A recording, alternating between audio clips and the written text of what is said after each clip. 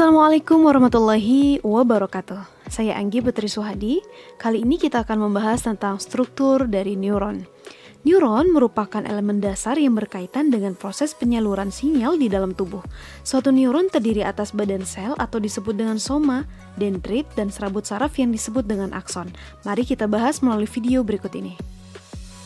Akson terbagi menjadi 3 bagian utama. Yang pertama badan sel, kedua adalah dendrit, dan yang ketiga akson. Badan sel atau yang sering kita sebut dengan soma merupakan bagian neuron yang mengandung nukleus dan juga nukleoli atau inti sel. Dendrit merupakan perpanjangan dari sitoplasma yang biasanya berganda dan pendek. Fungsinya menghantar impuls ke sel tubuh. Kanal Na yang ada di dendrit memungkinkan untuk merespon bahan kimia yang dilepaskan oleh neuron lain sehingga dapat menangkap suatu impuls atau sinyal yang diberikan oleh neuron lainnya. Nah, selanjutnya adalah mitokondria. Mitokondria menyediakan sumber energi untuk proses yang terkait dengan transmisi sinaptik dan substrat untuk sintesis asam amino glutamat.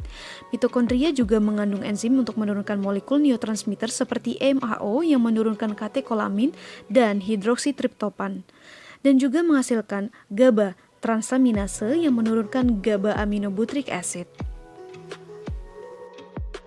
Bagian selanjutnya adalah akson. Akson merupakan suatu prosesus tunggal yang lebih panjang dari dendrit. Akson hilok merupakan bagian soma yang berhubungan dengan akson berbentuk segitiga. Akson tidak memiliki retikulum endoplasma kasar, ribosom bebas, dan juga aparatus Golgi. Akson juga diakhiri dengan sejumlah sinaps kenop yang disebut dengan terminal button. Akson memiliki bagian yang disebut dengan mielin, yang merupakan selubung neuron yang tersusun atas kompleks lipid dan berasal dari sel sekuan, yang memielinisasi akson dengan cara melingkarinya berbentuk gulungan jeli. Bentuk selanjutnya adalah nodus Ranvier. Nodus Ranvier merupakan bagian akson yang tidak diselubungi mielin dan tertanam pada sitoplasma sel sekuan yang berfungsi untuk mempercepat jalannya reaksi ataupun impuls. Setelah kita bahas mengenai 3 bagian utama pada neuron, untuk selanjutnya adalah ada bagian dalam neuron yang disebut dengan sinaps.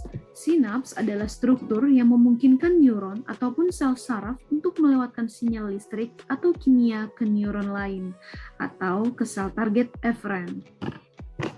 Nah, selanjutnya ada juga sel pendukung sistem saraf. Sel pendukung yang disebut juga dengan neuroglia.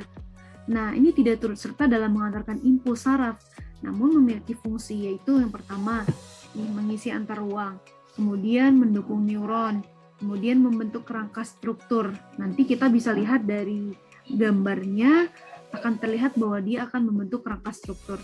Kemudian menyediakan mielin. Mielin seperti yang kita tahu itu ada pada akson yang tadi menyelubungi akson. Kemudian dan melangsungkan proses fagosit atau memakan patogen dan kuman-kuman seperti bakteri. Nah, selanjutnya jumlah sel pendukung jauh lebih banyak dibandingkan dengan sel saraf. Jumlahnya itu lebih kurang sampai 10 kali lebih besar dibandingkan dengan sel saraf. Nah, selanjutnya ini adalah pembagian dari sel pendukung sistem saraf atau yang disebut dengan neuroglia. Yang pertama ada astrosit. Nah, jenis sel glia ini yang paling banyak terdapat dalam SSP atau sistem saraf pusat.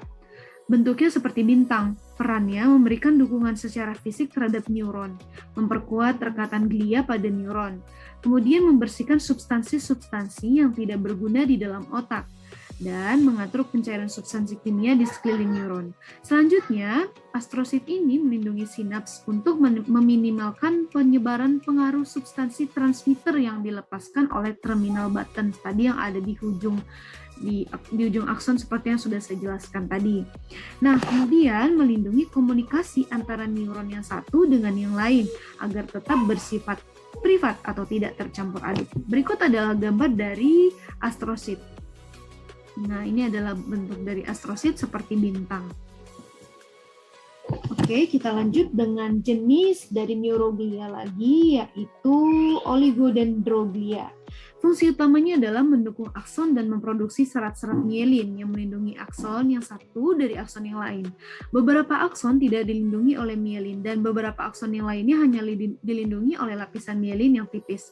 Nah, fungsi pendukungnya adalah membentuk beberapa segmen sekaligus dengan melilit akson dengan beberapa kali lilitan mielin sehingga membentuk gelondong.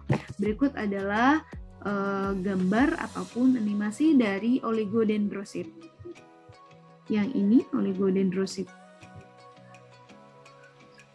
Nah, selanjutnya adalah mikroglia. Fungsinya itu fagosit untuk sel saraf yang rusak.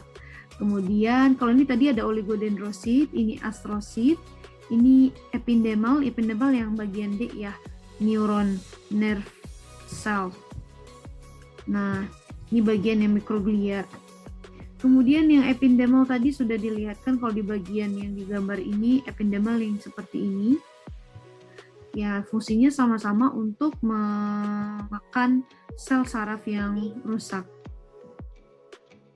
Selanjutnya adalah sel satelit. Nah, sel satelit ini merupakan sel pendukung dari perifer. Jadi sel perifer.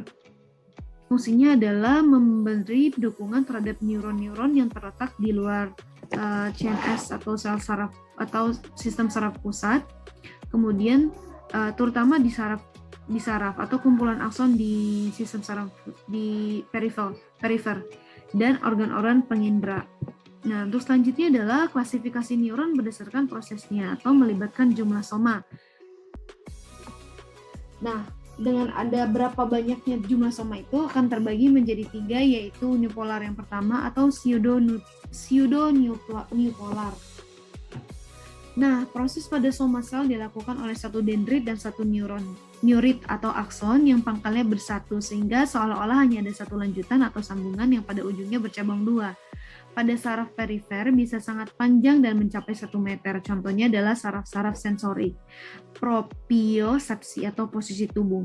Kemudian ciri lainnya adalah saraf ini merupakan saraf sensorik yang tidak panjang, yang biasanya saraf yang ke organ dalam atau visceral dan cita rasa. Nah, ini adalah yang selanjutnya adalah salah satu contoh ataupun jenis dari saraf, yaitu bipolar. Proses pada soma yang melibatkan satu dendrit dan satu neurit yang masing-masing berproses pada kedua ujung soma sel. Contohnya saraf sensorik yang membawa informasi penglihatan, penciuman, keseimbangan, dan pendengaran. Saraf di retina membawa informasi dari retina ke sel ganglion. Telinga sebelah dalam membentuk saraf nomor 8 di koklea dan vestibular. Saraf penciuman juga bipolar, berangkat dari lubang hidung atau nasal cavity menuju ke saraf kranial nomor 1. Nah, ini adalah gambar dari unipolar dan ini adalah gambar dari bipolar. Di sini terlihat bahwa hanya ada dendrit, kemudian hanya ada akson, hanya ada juluran akson saja, hanya ada satu juluran akson saja, sedangkan di sini ada satu dendrit dan juga satu akson. Lanjut adalah yang terakhir multipolar. Multipolar, proses pada soma sel yang melibatkan satu neurit dan banyak dendrit seperti anatomi neuron pada umumnya. Contohnya, saraf dari otak sebelah atas turun ke tulang belakang dan kemudian menyebar ke seluruh otot. Nah, multipolar interneuron ini adalah soma sel pada interneuron yang prosesnya melibatkan banyak dendrit. Ini adalah gambar dari multipolar neurons, di mana ada satu sel saraf. Ini seperti gambaran sel saraf yang pada umumnya yang sudah dijelaskan pada video sebelumnya, ya, yaitu ini. Jadi ada satu badan sel, kemudian juluran akson, kemudian ada banyak juluran dendrit atau banyak dendrit. Itu adalah multipolar neurons. Nah, itulah penjelasan dari struktur neuron. Terima kasih. Jika ada kesalahan, tulis di kolom komentar ya. Wassalamualaikum warahmatullahi wabarakatuh.